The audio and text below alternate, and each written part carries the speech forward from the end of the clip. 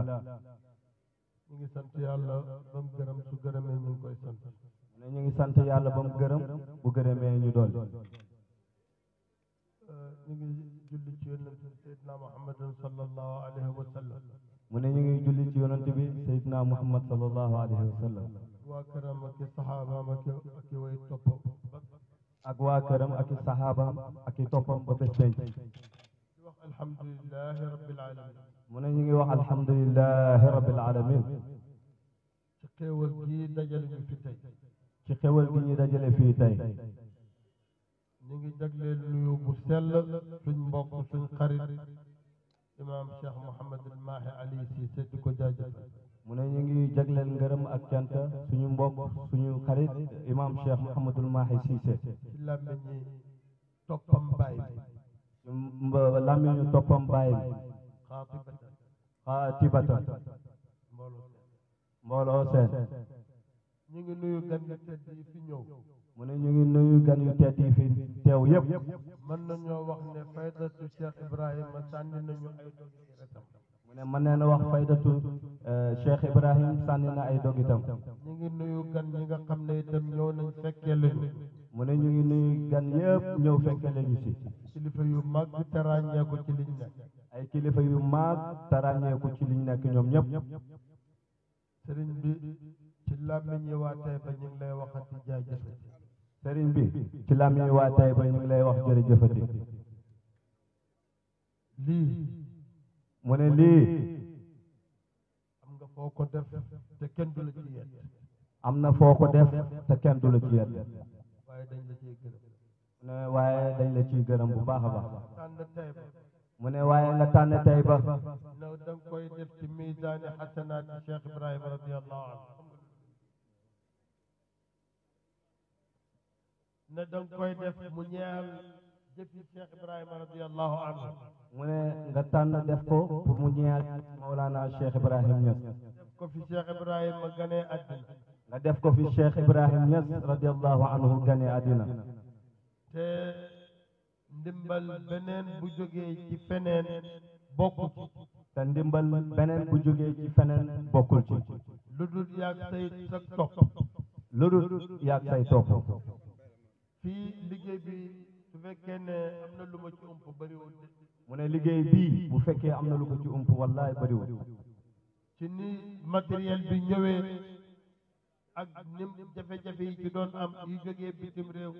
lépp rek sëriñ bi méngoo. mu ne matériel yi fi ñëw ak jafe-jafe yi lépp sëriñ bi méngoo ko. ñun daal liñ ci amoon. mu ne ñoom liñ ci amoon. ñoom sax ñoo ko bëggoon a toggoo may leen ëpp. ñoom ñoo ko bëggoon a toggoo mu ne loolu ëpp na.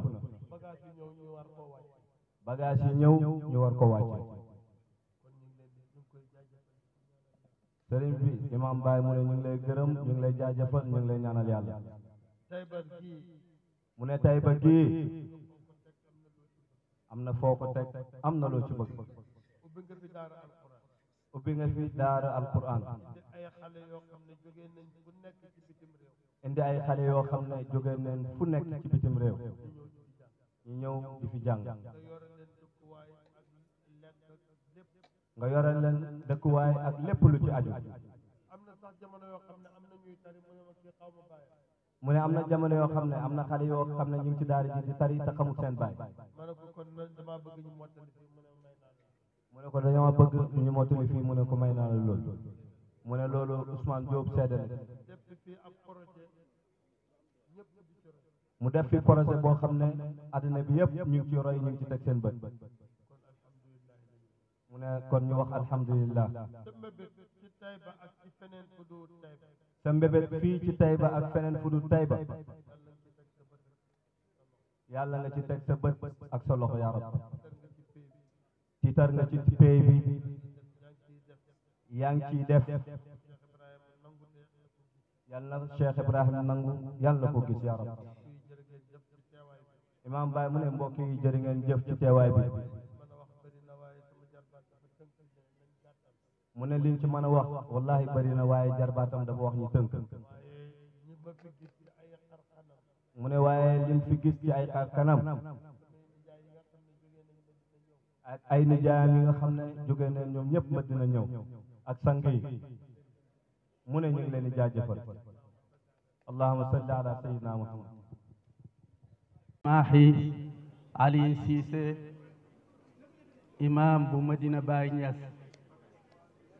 di nuyu maire bu di ko ndokkeel population yi tey bañu seen fi teew yëpp di nuyu imam Cheikh Ibrahim Haj Abdullahi Niass suñ jarbaat suñ doom def yëpp di sant xam ne bési mbégte la waaye bési citoyenneté la ndax lii ñu tabax citoyen bu Sénégal moo ko def citoyen boo xam ne ku daan wax sëriñ si ne ay citoyen ordinaire lañ da nga juum ndax sëriñ si duñ ay citoyen ordinaire ñuy sant yàlla bu baax fii bañ koy commencé jaaroon naa fi ñëwoon naa fi ànd ak Cheikh Mouhamadul Mahi ñii ñu ñëwoon seet si tool baay yàlla def lii tey ñu koy sanc ñu ciy sant yàlla bu baax fekke woon nañ ko ca commencement ba tey lañ koy inauguré ñuy ñaan yàlla mi nga xam ne moo mayoon doole Cheikh Mouhamadul Mahi Ali Cissé ak itte ji nga xam ne taxawee na ko fii ci Taïba Niassène te dañuy wax ne wala garwa ndax doomi Seydi Ali Cissé radiyallahu taala anhu su demee bay def bijou bu mel nii ci biir Taïba Niassène def na li ko war mënoon na ko yóbbu feneen de te feneen it soxla nañ ko waaye Taïba Niassène la xelaat fii nga xam ne moom la barab bi maamam bi nga xam ne lépp loo xam ne am na ko ci barke mu tasaaroo ci àddina bi yëpp fii la soqeekoo muy barab bi Alaaji Abdoulaye Niass mi nga xam ne moo meññ famille Niassène ñëpp te ñëpp nekk benn ñuy sant yàlla bu baax di gërëm ñi nga xam ne dugal nañ ci seen loxo ci biir ak ci biti di sant yàlla ñi nga xam ne def nañ ci seen xelaat def nañ ci seen itte ba bés bii mën a am tey ñuy gërëm nag autorité sénégalaise yi fi nekk ndax Cheikh Mouhamadul Mahi am na ñu ko xelaloon ne ko na ko gérer waaye lim def noonu la état mun naa defar lépp dara taw ko waaye dafa am ay priorité bi ko yàlla xelalee dimbale ko moom mu def bijou bii fii ci Taïba Niassène ba pare jox ko état mën ko gérer kon Seydi Mahi ñu ngi lay gërëm di la sant di gërëm say mbokk yëpp yi di sant Cissé te Mouhamed Cissé jiite ko ak Seydi imam Alioune Cissé al imam al akbar ak mboolem ahlu Cissé ñu ngi leen di gërëm di leen sant di leen ñaanal yàlla gën a taxawal taxawaay bi monsieur le maire yaakaar naa ne sas nañ la Cheikh Mahi sas na la ndax compétence yi nga xam ne état moom la jox collectivité locale yi ci sa loxo la ko yàlla teg poste de santé yi ku ne xam ne ne ci compétence yi conseil municipal lañ ko teg kon bokk Habib bijou baa ngi nii Serigne Mouhamadul Mahi Cissé defar na ko dañu ko teg ci loxo état teg ko ci sa loxo ngeen jàpp ko bu baax ba lépp lu aju ci maintenance ak lépp lu aju ci nit ñoo xam ne darañ xarañ pour mën a jël conseil bi liggéey ko lam ko war a defee wasalaamu aleykum wa rahmatullah. Monsieur le ministre, monsieur le gouverneur, monsieur le préfet du département, monsieur le sous-préfet, comme vous le savez, le projet de construction d'un hôpital est un des projets les plus durs et difficiles à réaliser. Autant de plus pour une petite ONG, ce projet est devenu un projet pharaonique finalement, avec beaucoup de longue haleine et de patience, on a su réaliser le projet. C'est sous l'initiative de Cheikh Mouhamadou Mahi Cissé, en 2015, qu'il a souhaité l'initiative de créer l'ONG, et c'est une suite logique à son engagement social. Dès là, en 2016, il nous a prononcé son souhait de projeter ce centre, de proposer un projet ici dans la commune de Taïba Niassène. En 2016, permettez-moi de faire le petit historique. Donc, en 2016, on a commencé à coordonner ce projet avec des experts, auditeurs externes qui ont proposé le projet et qu'on a coordonné avec la GEM et le ministère de la Santé. Le centre de santé de Taïba Niassène se base sur les plans types du gouvernement.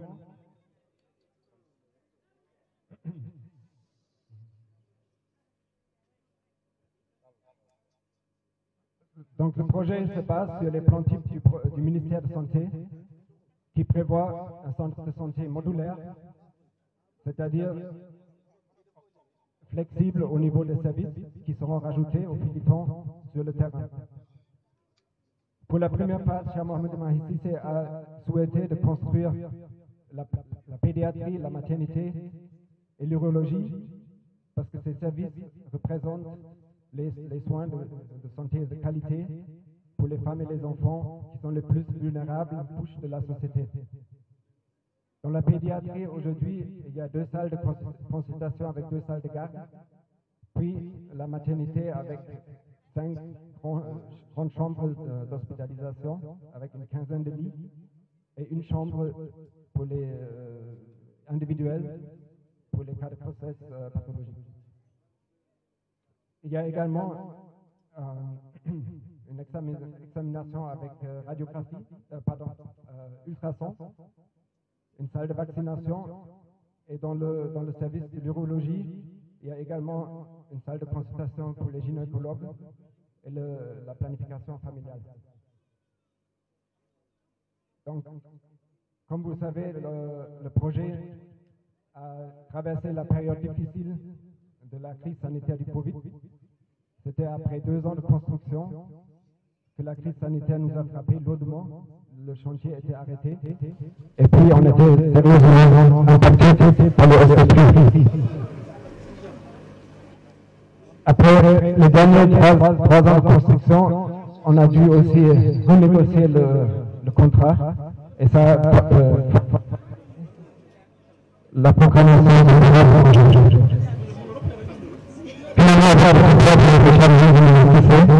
qui a su garder l'organisation de tous les acteurs et de tous les donateurs. On a finalement réussi à finaliser le chantier au début de cette année.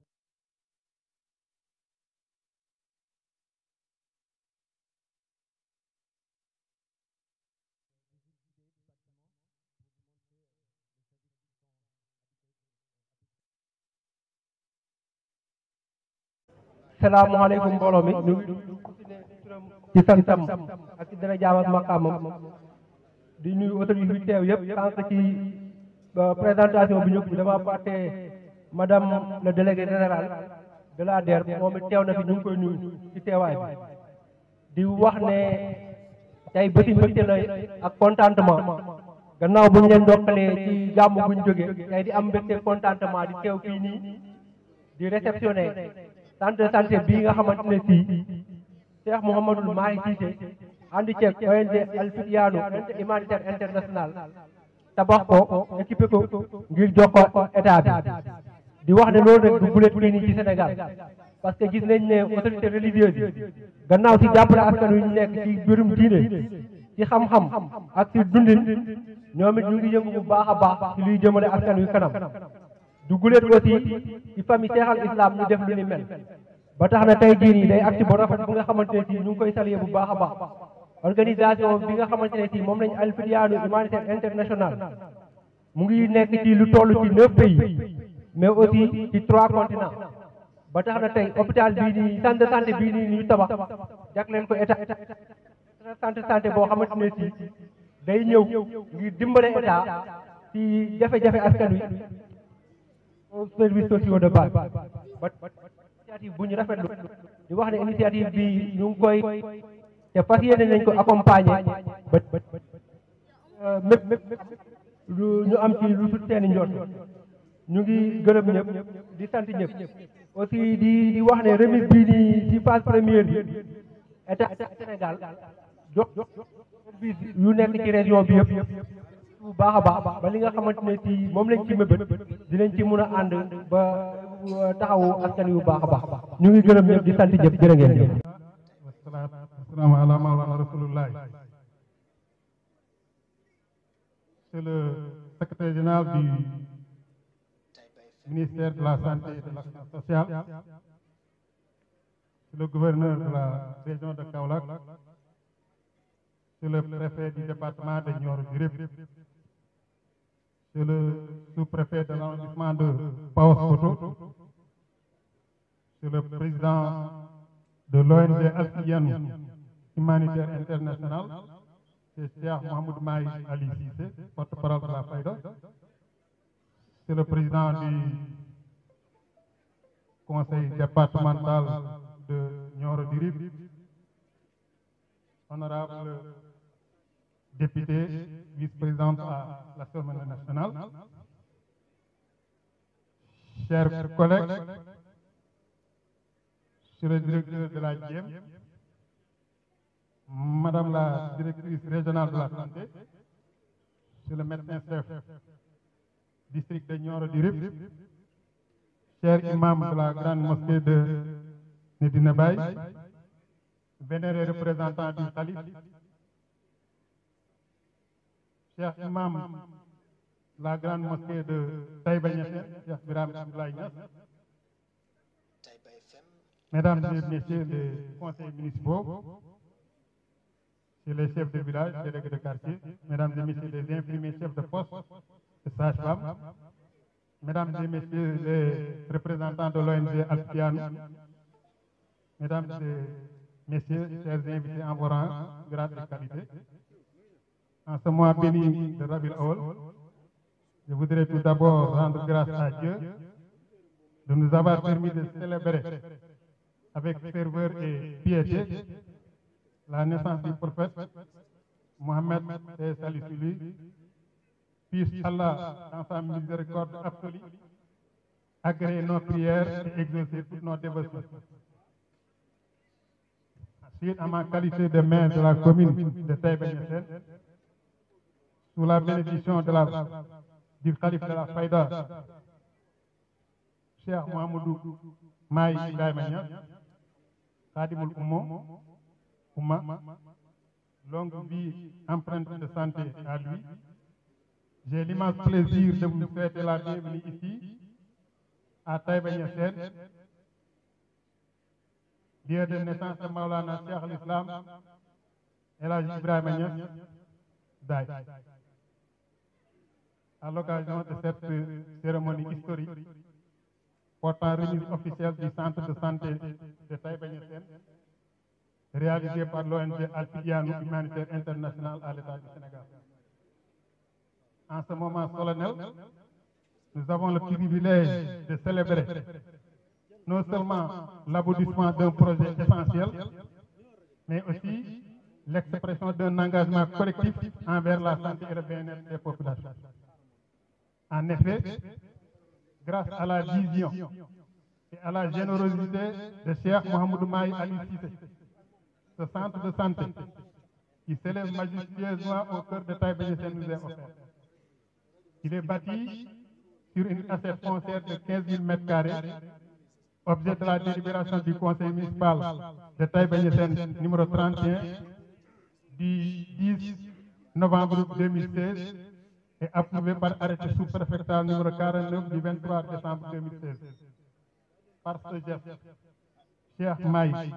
à travers son organisation, ne se contente pas d'ériger des murs et d'y placer des équipements modernes, mais ouvre la voie dans la construction de l'avenir de notre santé, en tissant des liens indéfectibles entre la solidarité humaine et le devoir de prendre soin de chacun. Il est essentiel de saluer cet acte qui ne se limite pas à une simple remise, mais qui représente un bond en avant dans le relèvement du plateau médical de notre commune. Avec une population de 37 800 habitants, la commune de Taïba Niassène, qui dispose déjà de 4 postes de santé et de 6 cases de santé, avait néanmoins le défi de rapprocher et de garantir des services cliniques de qualité pour tous. Ceci, au regard de l'envergure internationale de la cité religieuse et de toutes les difficultés inhérentes aux évacuations sanitaires vers Nioro, Dirib et Kaolack. Aujourd'hui, avec la construction et la remise de ce centre de santé, nous faisons un pas décisif vers la réalisation de ces objectifs. Par l'acceptation de cette remise, l'État du Sénégal s'engage ainsi à mettre à disposition le personnel nécessaire et à inscrire ce centre sur la carte sanitaire régionale et nationale. Et là, je cite donc un courrier du ministère de la Santé. Nous tenons à cet égard à exprimer au nom des populations du département de Nioro-Dirib notre profonde gratitude à son Excellence le Président de la République et à son gouvernement pour cette marque d'attention particulière portée à l'amélioration de la prise en charge sanitaire par l'État dans notre département. Une mention spéciale de remerciement au ministre de la Santé et de ses services, directeur de cabinet, secrétaire général, GIEM, DRS, MCD, pour sa disponibilité et son engagement sur ce projet qu'il a d'ailleurs accompagné depuis le début de sa mise en œuvre. Donc, vous conférez à des lettres en France. Mesdames et messieurs, chaque geste de générosité, chaque acte de solidarité est une pierre ajoutée à l'édifice de notre société. Cheikh Mohamed Mahi Ali Cissé, en suivant les traces de son grand-père, notre vénéré guide Maulana Cheikh l'Islam Baye, incarne avec détermination son altruisme. Merci, Cheikh Mahi, pour votre exemple et votre leadership. Votre action est une lumière qui éclaire le chemin à suivre, une source d'inspiration pour nous tous. À travers vous, nous saluons aussi le dynamisme et la mobilisation de tous les membres de l'ONG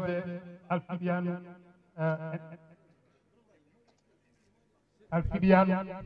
humanitaire international autour de ce projet qui, dans sa phase 1, pédiatrie, maternité, urologie, a suscité un financement de plus d'1 milliard de francs CFA. À nous maintenant de porter cette flamme et de veiller à ce que ce centre de santé devienne un véritable havre de guérison, un lieu où la vie est célébrée, où la santé est préservée. Je vous remercie pour votre bien aimable attention. ci gàttal rek ma nuyu leen buñ leen ndokkeelee ci weeru gàmmu bi ñu génn ñaan yàlla may ñu teew kay déwén yàlla yàggal fi xalif bi Mama Malick ay Ibrahima Niass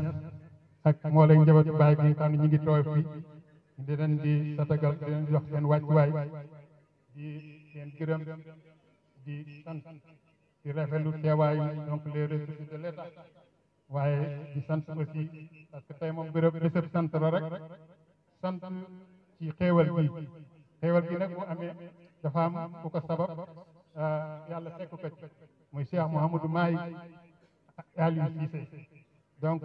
wax dëgg yàlla fi ñëw da nga gis ne lii am na solo te bokk na ci lim ñuy fajal muy rëq-rëq bu am doole parce que département Nioro donc tumaranke na ci centre de santé waa rawatina centre santé bu mucc ay bii nga xam ne véritablement plateau médical bi dana yokk bu baax wàññil ñu donc transfert yi loolu techniciens yi ñoom danañ ci ñëw waaye ala kulli au nom des populations de Taïba Niassène de la commune waaye damay wax sax ne au nom des populations surtout population département Nioro yëpp lii dañ koy sant gërëm ko rafetlu ko ñaanal yaa nga ki nga xam ne kii donc moo ñu ko indil yàlla taxawal ko dëgëral ko yokk maqaamam ci daara darajaay borom dëkk bi maa ngi leen di sant leen gërëm allahumma salli ala sayyidina wa mawlana Muhammad ibn Abdillah wa ala alihi wa sahbihi wa man wala. Assalaamu aleykum wa rahmatullahi taala wa barakatuh. Mbokki Taïba Niassène, mbokki Medina, mbokki taalibe yëpp ñu ngi nuyu kenn ku nekk ci turam ak ci santam. ñu ngi nuyu secrétaire général du ministre de la santé mi teew nii Mbayeen Serigne Mbaye, waaye ñu ngi nuyu gouverneur adjoint gouverneur, ñu ngi nuyu le préfet, ñu ngi nuyu maire de Taïba, ñu ngi nuyu monsieur le maire Serigne Mboup suñu xarit, ñu ngi nuyu mbooleem ñi teew fii jugee Medina yëpp teew nañ, njaboot Cheikh Ibrahim ñëpp teew nañ ci njiital Cheikh Mouhamad al Khalifa Abdoul Malik Cheikh Serigne Mbaye ak suñu yaay Seyda Ndeye te Seyda Mariam, suñuy mag Seyda Nafis Cissé Seyda Ali Cissé Seyda Safia Seyda ñi ma gis ak ñi ma gisul. ñi ngi nuyu suñu jigéen Aïda Mbodj Der ak njabootam, di nuyu Fadilou Keta, di nuyu Rokhaya Ndiaye, di nuyu suñu xarit Thiali Faye, di nuyu waa Sonatel, di nuyu mboolem ñi nga xam ne teew nañ fi, ñiñ gis ak ñiñ gisul. di nuyu Cheikh Mouhamed Cissé imam, buñ ko nuyoo nuyu nañ Cheikh Seydi Bachir, Seydi Ousmane, Seydi Hadj Abdoulaye, suñu nijaay Cheikh Seydi Arabi ak rakam Cheikh Ibrahim Hadj Mouhamed Zeynab, suñu nijaay Mahmoud ibn Cheikh Mahmoud, di nuyu mboolem ñi fi teew ci njiital imam Taïba Cheikh Ibrahim bi nga xam ne liggéey bi dañ ko commencé xam bu yëpp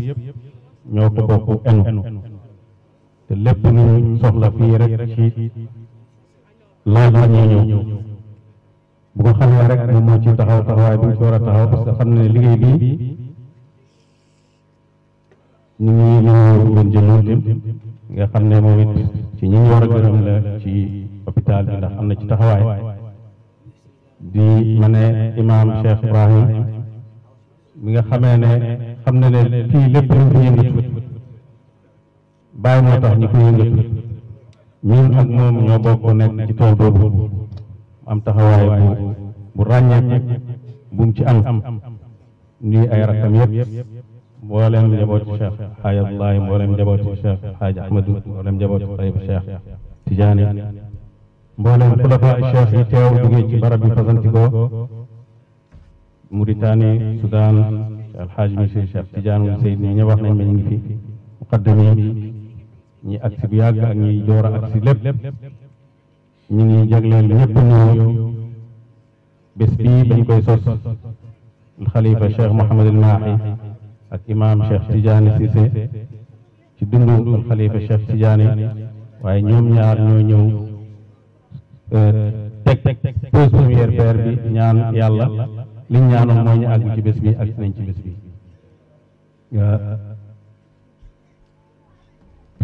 ñoom ñëpp dañoo am ngànt, waaye ñoom lañ teewal ñoom. Babacar bi ñu jàpp heure bi nee naa ko kuy jàpp jotaay ci Medina nga def ko suba teel koo gisul jox ko ngànt, waaye dëgg-dëgg waa Medina kenn jox sa bopp ngànt, góor ñi ak jigéen ñi mag ak ndaw ñëpp ñëw nañ. waaye loolu la li ko waral mooy xam nañ ne lii Mahi Cissé moomu ko, El Fitiano moomu ko, Cheikh Ibrahim moomu ko, ndax El Fitiano bi ñi ci nekk ay taalibe Baay muy Luxembourg muy Amérique docteur Abdou Khadir a ngi neen teew ñu ngi nuyu gan ñi jógee ba Nigeria imam Nasir Adam nga xam ne moo teewal njabooti xalifa Cheikh Ishaq Rabi nga xam ne dañ ko cëralee ngir taxawaay bu mu amoon démb ak soñju ay njabootam ñi xam ne taxawaay boobu ñoom war nañ koo mën a continuer njabooti Cheikh Tahir Boy ci tim teew nañ ñoom it dañ leen a yëgal rek dañ leen a wax ne dañ leen a yëgal rek pour ngeen yëg waaye waxuñ pour kenn déplacé wu waaye terewut xir nañ pour fekkee ko jotaay bi daanaka ñun amuñ benn wax buñ ci war a wax tey lu may ne hôpital bi tabax nañ ko dégg ngeen ñi wax niñ ci waxee itte ji mooy mu taxaw bu taxawee ñu jébbal ko état bi nga xam ne ñoom ñoo koy doxal loolu waxtaan nañ ko ñoom depuis daaw mois de août dañ amoon rendez-vous ak ministre de la santé maître Thiam ak docteur Wele ak Moustapha Sané ñu dem dajeeg moom ñu waxtaan ak moom rafetlu xalaat jàpp bi ñu jàpp tim date bi mu nekk loo xam ne nii waajaluñ ko parce que dañoo xiroon rek mu nekk ci diggante gàmm gàmmuwaat nga xam ne ñi ko bëgg a fekkee te ji jugee ci biti duñ leen obligé ñiy ñëwaat beneen yoon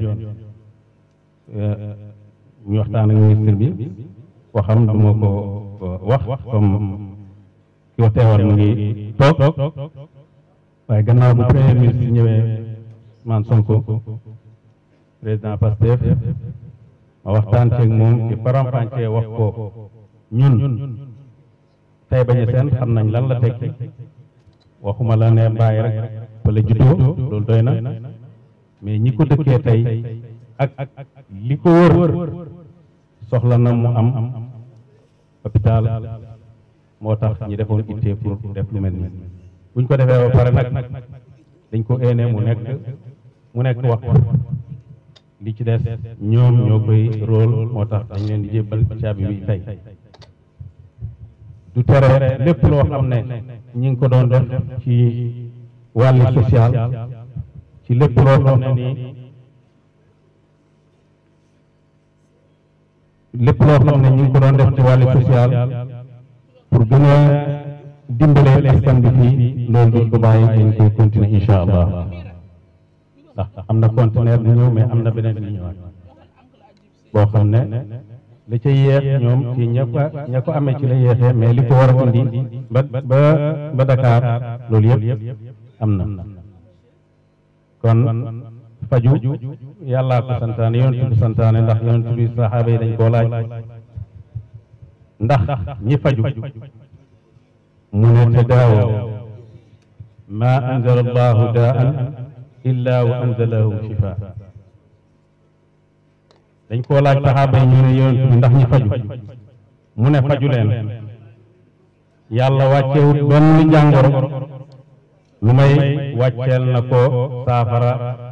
lu may benn jàngoro mu ne muy mag feneen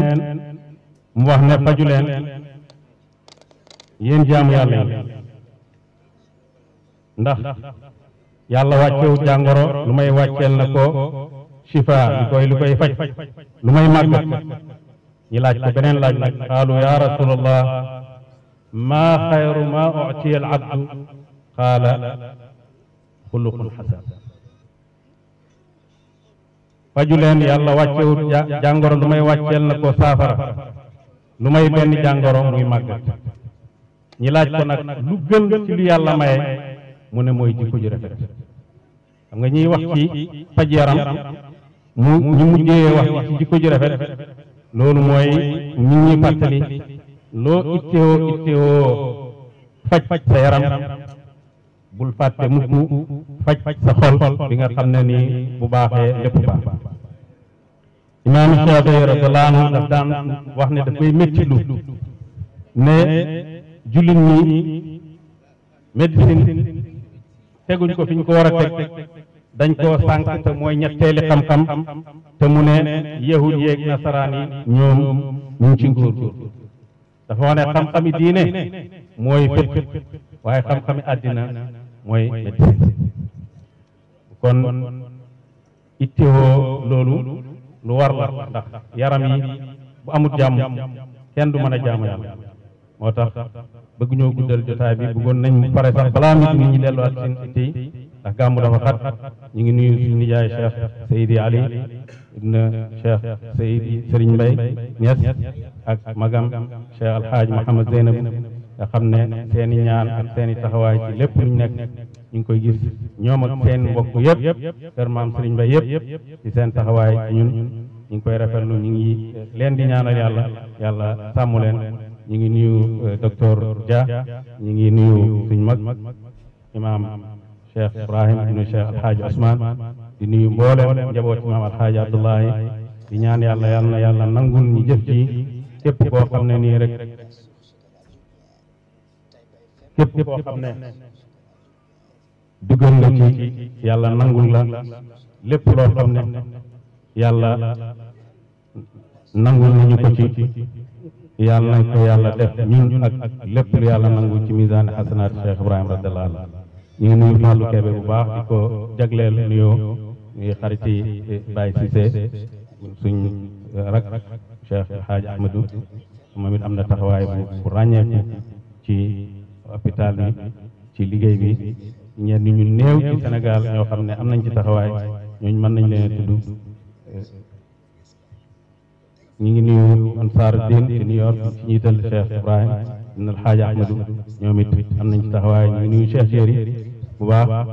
di nuyu docteur Dia di nuyu Baye Niass ci booram ñu ngi nuyu professeur Diop donte agsi wut mu ngi ci yoon bëgg a ñëw waaye agsi na ñu ngi saluer ay itteem ak taxawaayam ci lépp loo xam ne nii rek mën naa jëmale hôpital bi kanam ñu nuyu nañ leen ñu nuyu mboolem kër njabooti imam Hassan njiital Cheikh Mouhamad njabooti imam Cheikh Tidiane njiital Cheikh Ibrahim njabooti imam Ahmad Cissé ci teewaayu Cheikh Mouhamad Moustapha nga xam ne wax nañ taxawaayam ak suñ jarbaat Cheikh Baye Taïb ak Naziru Seck ñu ngi gërëm ñëpp ñu ngi nuyu ñëpp hôpital bi nag buñ ci sant bala ñoo sant kenn waa Singapour lañ war a njëkk gërëm muy Khalid Ajmaïn ak jabaram Aynoun ndax ñoom ñoo nekkoon ak ñun ci liggéey bi ba ci kenn neewut ndax boobu ba ci alpitiyaanu bi nekk fii ci Sénégal nga xam ne ñu ngi góorgóorlu ci lépp luñ nekk waaye bi ñu nekkee ci hôpital bi waxuñu ñoom ci mbiri hôpital ndax xew yi dañoo tegalante bu gàmmu ñëwee ñu am ci taxawaay tabaski ñëwee ñu am ci taxawaay bu ziyaara Baay ñëwee ñu am ci taxawaay moo tax hôpital bi waxuñ ceeg kenn ku nekk fii ci Sénégal moo tax ba ñuy bët bi démb damaa am interview ak RTS am journaliste bi mu dem ba ci mujj gi mu ne ma waaw yaa ngi tabax hôpital Taïba Niassène ak Fonds Médina Baye bi ma ne ko nag attention taxawal Fonds Médina Baye seen ñaar dërëm demul ci hôpital parce que nit ñi dañoo jàpp ne kon Fonds Médina Baye bi ñu ko commencé man maa ko oote ak ànd ak Cheikh Abdoul Malik Cheikh Baye ñi ak Cheikh Aboubacar Xaay Abdoulaye Cheikh Baye Taïb ñi dem ci sëñ Cheikh waxtaan teeg moom mu ne lii da ngeen ko yéex a def rafetlu ko ñi commencé ko ba léegi nag nit ñi dañoo foog ne sax Fonds Médina Baye foo si maaxis la nekk te buñ ci bëggee génnee xaadiyee chérif sax da ngay wax ba soor te bañ koy commencé loolu taxoon ñu commencé waaye nag hôpital bi ñaar dërëmi Fonds Médina Baye bi naqadiwuma yeneen yoo xam ne nii ñoo ko waroon a def loo xam ne dafay door a commencé loo xewle yow man ci sama bopp suma soxlaay bopp benn soxlaay bopp mas ta dem ci Fonds Médina Baye danaa leen wax ku feebar waaye masuma leen wax soo mbokk moom feebar koo xam ne maa ko war a fekk masuma leen ko wax waaw waaye bu dara nag doon ci liggéey fond bi li may taxawaay bi nga xam ne ñu ngi koy def ci njaboot Cheikh Ahmed Tidiane nga xam ne bu ñëwee bàyyi la ñuy liggéeyal ci ñoom te ba fond bi commencé ba léegi dégg naa Aliou Diop keroog mu wax ne 96 millions génneegum nañ ko ci gàmmu li ñu génnee addiya di ko jox chérif yi te moo ñu génnee ci indi leen addiya chérif loolu rek doy na pour fond bi mën fee nekk def na tabax bala mu tabax école arabe bu ko fond bi tabax doon ñun ñoo ko war a tabax la école yi bàyyi te nekk si bële moo bi moo ko tabax bu ko defoo doon ñun ñoo ko war a def li nga xam ne nii mu ngi koy def ci way mbokk yi feebar loolu ngay premier baay bi foofu la nekk waaye hôpital bii daal seen ñaar dërëm dem maa ngi gërëm Seyda Oumou Niang maa ngi gërëm ñi teew ñëpp ñi ngi ñaanal ñëpp yal na yàlla gërëm jëf ji yal nañu yàlla def ñun ak suñu jëf yëpp ci misaani asanaati Cheikh Ibrahima radiyallahu anhu ñu ngi nuyu ñëmoo ci baay yëpp ñu ngi nuyu sa imam Alhaji Abdoulaye yëpp ñu waa teew bi yëpp ñu ngi jëm jagleel di teew bi nuyu ak ngërmande ndax duur ne dafa joxe suuf rek dafa gunge ONG bi ci lépp loo xam ne nii bépp këyit boo xam ne nii soxla nañ ko war a yoonal li ngay nekk nga xam ne amul dara loo ci def ñiy wax ne lu tax nga def lii ñu ngi delluwaat di nuyu imam Cheikh Ibrahima Haye Abdoulaye di nuyu président Ansar bi Oustaz Ahmed Khadi di gërëm Babacar Konté Ousmane Diop ak mboolem waa kër gi nga xam ne ñoom ñëpp suñ liggéey seen liggéey ci suñ biir liggéey lañ nekk ñi ngi gërëm docteur Wele ñi ngi ñaan yàlla gërëm liggéey bi nga xam ne tim bépp kayit administration bi rek jaar na ci loxoom ñu ngi nuyu Modou Ndiaye Rahma ñu ngi nuyu Serigne Ali Dem l'ambassadeur doomi Cheikh Seydi Hassan Dem di nuyu waa Mauritanie yi teew waa Burkina Faso waa Nigeria waa Soudan docteur Seydi Ali Cissé ñu ngi jógee ba Soudan Seydi Muxtaar ba tey waa Soudan la ñoom ñëpp ñu ngi ñëw bokk ak ñun jotaay bi ñu ngi leen di ñaanal yàlla ñu ngi ñaanal yàlla imam Nasir Abdullah tabaraka wa taala yatawalla anna mukafa'atakum wa tarji'u ila biladikum salimina ghanimina ma'jurina mahfuzin بعين عناية الربانية. السلام عليكم ورحمة الله وبركاته. بسم الله الرحمن الرحيم. mbooloo mi assalaamu aleykum wa rahmatullahi wa barakaatu. ñu ngi yóbbante nuyoo yu tedd yu ànd ak respect xalif général des Niassène Cheikh Mahi Niass. ma bëgg a wax ne délégation gouvernement gouverneur moo ko jiite. loolu mooy règlement bu ministre bi teewul gouverneur moo jiite délégation. dafa di rek dafa bëggoon na ma sànni ci tuuti kat ndaxte sëriñ bi ministre de la santé daf ko recevoir woon waxoon ak moom jox ko kàddoom ne dina teew demoon na bay bëgg a sàkk ci sëriñ bi mu toxal bis bi ndax mu fekkee ko toll sëriñ bi xamal ko ne diggante bii buñ ko fommee dina metti tey la fi xëyee dem Abidjan ci réunion bu ko président yónni moom ak loolu ma din ko jël doon ko indi ak kàddu yi ma bëgg lim léegi ci gis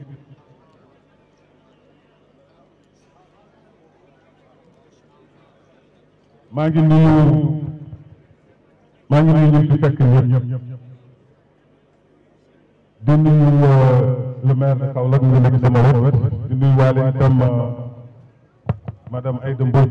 bu Dóor honorable député di ñu àndal di nuyu ñi nga xam ne ñëpp teew nañ maire tey ba ñu seen ak ñi ngi teer ñëpp monsieur le gouverneur de la région de Kaolack, madame la directrice régionale de la santé de Kaolack, monsieur le président de l'ONG Al-Ittihad humanitaire international, Cheikh Mouhamadoul Mahi,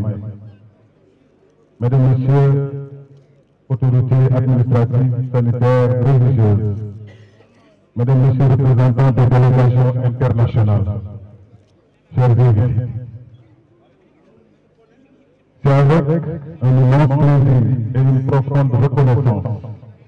que je prends part ce jour à cette cérémonie de transport officiel de ce centre de santé réalisé par l'ONG Al-Ittihad humanitaire international au bénéfice du ministère de la Santé et de l'Hygiène publique. ñu ñaan cérémonie noonu ñu renouveler confiance au ministre de la santé noonu ko ministre de la santé et de l'hygiène publique sëriñ bi defal ko ci ñaan mu gën ci am ay ndam pour mën a wéyal li président dénk. Ce projet est le fruit d'un engagement communautaire exemplaire et d'une coopération fraternelle fondée sur les valeurs de solidarité, de foi et de responsabilité partagée. Ce moment solennel marque bien plus qu'une remise de clés. Il incarne la convergence entre les aspirations locales, les ambitions nationales et internationales. En effet, ce centre répond de manière concrète aux priorités définies dans notre agenda national de transformation indiqué par le président de la République, son Excellence Bassirou Diomaye Diakhar Faye, notamment en matière de renforcement de l'offre de soins de proximité, de réduction des inégalités territoriales en santé et de valorisation des partenariats stratégiques. C'est bien heureux de saluer cette formidable capacité à conjuguer régulation sociale, foi religieuse et solidarité citoyenne au bénéfice des populations. La lettre de politique sectorielle 2025-2029 du ministère de la Santé et de l'Hygiène publique nous engage à bâtir un système de santé résilient, inclusif et équitable. Ce projet porté par l'ONG Al-Fatihan Humanitaire International illustre parfaitement cette vision. Il témoigne de la capacité des communautés à s'organiser, à financer et à réaliser des infrastructures de santé durable, dans le respect des normes et en dialogue constant avec les autorités. Je tiens à saluer ici l'engagement de Cheikh Mouhamadoul Mahi Cissé pour la pertinence de son action et la qualité de son leadership. À travers cette initiative, il réaffirme le rôle essentiel des autorités religieuses dans l'édification d'une société solidaire, équitable et responsable. Je voudrais également souligner la présence des délégations étrangères qui confèrent à cette cérémonie une dimension internationale et fraternelle. Leur participation renforce notre conviction que la santé est un bien universel et que sa promotion passe par des alliances frontalières et transfrontalières fondées sur la confiance et le respect mutuel. Enfin, je tiens à rassurer les populations que les services techniques du ministère de la Santé et de l'Hygiène publique accompagnent ce projet avec rigueur et bienveillance afin de garantir sa conformité aux standards nationaux et internationaux. Mesdames, Messieurs, ce centre va passer désormais entre les mains de l'État, mais il demeure dans le cœur de la communauté. Il nous appartient collectivement de l'animer, de le faire vivre, de le faire grandir. Je vous remercie pour votre engagement et votre confiance. Ensemble, nous bâtissons un Sénégal en bonne santé, solidaire et transparent. Je vous remercie de votre aimable attention. li ñu bëgg a wax ci wolof mooy ne li nga xam ne moo ñu fi dajale dafa nekk loo xam ne dafa rafet ñu am ci yaakaar ndax boo xoolee sax fi ñu ko teg diggante gàmmu ak gàmmuwaat diggante bisu juddu yonent bi sallallahu alayhi wa sallam ak bis bi nga xam ne mu nekk bis bu nga xam ne mu nekk période boo xam ne période bu timing bu baax la ñu bëgg a wax ne dafa nekk combinaison entre engagement communauté bi ak état bi engagement service yi nga xam ne ñoo nekk ñi ñu sas pour ñu doxal wàllu politique sanitaire ci gouvernement bi ak ñi nga xam ne normalement ñoom ñooy bénéficiaires wante ñoom ñu xool ne état bi dong mënu ñu def seen dajaloo def seen xalaat topp nag esprit ak xalaat ak yéene ak taxawaay koo xam ne ci àdduna ràññee nañu mu nekk njabootu sunu maam Cheikh Ibrahima Niass ñu xam li mu dox ci jamono xam li mu dox ci àdduna bi xam ne njabootam bu doxee lii ànd koog ay taalibeem ànd koog pexeem ànd koog xalaatam ñëw ci wetu état ne damay defar su ma paree jox état loolu dañ koy rafet looloo tax docteur Ibrahima Sy ministre de la santé et de l'hygiène publique ndax noonu la ministère bi tudd depuis démb ñu wax sëriñ bi mu gën ko ñaanal ndaxte président joxaat na ko confiance dénkaat ko ministère bi soppi tur bi ñu wax ne kon moom dafa amoon yéene fekke lii dafa amoon yéene bi lool mais comme tey dafa xëy dem mission mu ne nañu ñëw ànd ak gouverneur ndax ci administration bu fekkee ne ci gox ministre nekk fa gouverneur moo koy teewal wante nag man sax sorewuma gouverneur yi ndax man sama bopp nekkoon naa fii adjoint gouverneur fii ci Kaolack gouverneur yi ñenn ñi man ak ñoom liggéeyandoo nañu ñenn ñi bi ñuy def formation maa ngi woon ENA nekk ak ñoom kon xam naa ci seen baax loolu tax na wax naa ñu gunge leen ànd ak ñoom ñu mën a taxawee lii ñu taxawee kon nag dañ leen di wax rek ne ministère bi jël na engagement ginnaaw bu ñu ko transféré lépp luy matuwaay pour gunge projet bi ñu def ko techniquement ba nga xam ne lépp lu ci war dina ci am maa ngi bëgg a daaneel foofu di ñaanal sëriñ bi yàlla gën ko may kàttan yàlla may ko fan moom ak njaboot gi ànd ak moom ci lii lépp ba nga xam ne liggéey bi dana gën a wéy law ci Taïba law ci département bi law ci région Kaolack law ci Sénégal yëpp salaamaaleykum wa rahmatulah. Pour une des chambres d'hospitalisation de cette taille, il y en a 3 chambres. Cette chambre-là, c'est pour les grossesses pathologiques avant accouchement. Après de cette taille-là, avec 4 lits, il y a encore 2 chambres de l'autre côté qui sont identiques. On a en tout à peu près 15 lits, plus 2 lits dans les salles individuelles. Le don de cure que Chermaï a mobilisé, ça inclut également des berceaux qui sont actuellement stockés dans les pièces et qui vont être déployés dans les pièces de destination. Merci beaucoup. Je pense que ce que nous proposons, c'est que comme on l'a fait pendant la phase préparatoire et pendant la phase de réalisation, les services techniques du ministère vont se déployer à nouveau pour venir, maintenant que le marabout nous a transféré, notre implication va davantage être marquée. Nous étions déjà là, la semaine du Gamou seulement, une mission est dépêchée sur la région de Kaolack, conduite par un conseiller technique de M. le ministre, accompagné des services, des infrastructures, de la maintenance et de l'équipement, accompagné de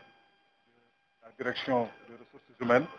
pour venir voir comment est-ce que, concrètement, le centre devrait fonctionner.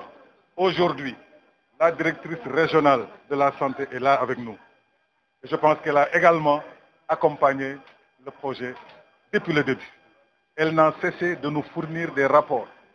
et des situations pour nous inviter à accompagner ce qui se passe ici. Donc ce qu'on voit ici va être effectivement continué, suivi, coordonné pour que les fonctionnements soient parfaits. Donc je pense qu'on peut lui laisser le soin peut-être rapidement. En votre présence et en présence de monsieur le gouverneur, merci beaucoup monsieur le SG, merci monsieur le gouverneur. maa ngi nuyu di ziare Cheikh Mahi Cissé maa ngi leen di gërëm bu baax sëñ bi di leen ziare comme ni ko monsieur le secrétaire général waxee defe naa ne fii def naa fi ay yooni yoon ñëw def visite xool liggéey bi fu mu toll muy gën a avancé di gën a avancé ba fiñ toll nii donc lii dañ ciy kontaan trop ndax wax nañ ko sànq dina jëriñ waa Taïba Niassène waaye dina jëriñ tamit ñi nekk ci gox bi yëpp ndax comme niñ ko xamee Nioro département bu rëy la te benn centre de santé moo fi nekk bu mag donc lii buñ ñëwee tey Cheikh Mahi Cissé muy nga xam ne mooy président wu Al Fitian humanitaire international mook ONG bi tabax bijou bu mel nii ñun loolu daf ñuy yombalal suñu liggéey dañ ciy kontaan trop ndax dina tax couverture sanitaire bi gën a ñoŋ ci biir département de Nioro ci biir Taïba Niassène ak li ko wër vraiment monsieur le secrétaire général comme niñ ko defee woon dinañ gën a engagé wu comme vous l'avez si bien dit gën a accompagner fonctionnement effectif wu centre de santé bi merci beaucoup jërëjëf. asalaamaaleykum mbooloo mi man la Fatoumata Diallo madame Sangaré sage-femme poste de santé de Taïba Niassène maa ngi nuyu ñëpp seen tur ak seen sant di jaajëfal monsieur le maire tonton Habib en même temps di remercier tamit sunu sëriñ bi li mu def nii muy Maïs Cissé Cheikh Maïs Cissé parce que dama naan man la jàppale boobu noonu moom xamul sax fu mu ñu toll parce que bu ñu nee monsieur le maire mi xam na auto ambulance bi nga xamante ne tey di moom moo couvrir ñetti poste de santé ci biir ñetti poste de santé yooyu moo leen di relier ñoom ñëpp muy noor muy nawet urgence obstétricale yi moom kenn mënu ko wax ak pédiatrie yi surtout parce que même docteur Mbodj ba mu fi nekk on était ensemble ak docteur Cissé pour l'instant mais man dama naan centre de santé bi ñëw na si waxtoom yéex na sax dama naan dafa gaaw macha allah sant yàlla bu bëri ndax su ma jëlee janvier ba juin ba ma évaluer keroog am naa 47 références si biir urgence ak yeneen docteur Bari xam ne urgence fi may wax kon donc dañuy résumer rek bañ a taxawloo kilifa yi te di leen gërëm di leen sant di ñaanal sëriñ yàlla na ko yàlla yokk yàlla na ko yàlla suturaal li mu mënta yàlla na ko yàlla dafa lu ko ëpp incha allah li mu njort ci dëkk. Sidi Barhama ba mi bergetam ci Sénégal booba bis ñëpp yem nañu ci Sidi Barham xanaa xamuñ ne yàlla ko tànn Sidi Barham def ko muy bàyyi ruuxu yi fii ci àddina Sidi Barham Ñas Sidi Barham gëm leen ne kii ay mbiram du neen Sidi Barham Ñas Sidi Barham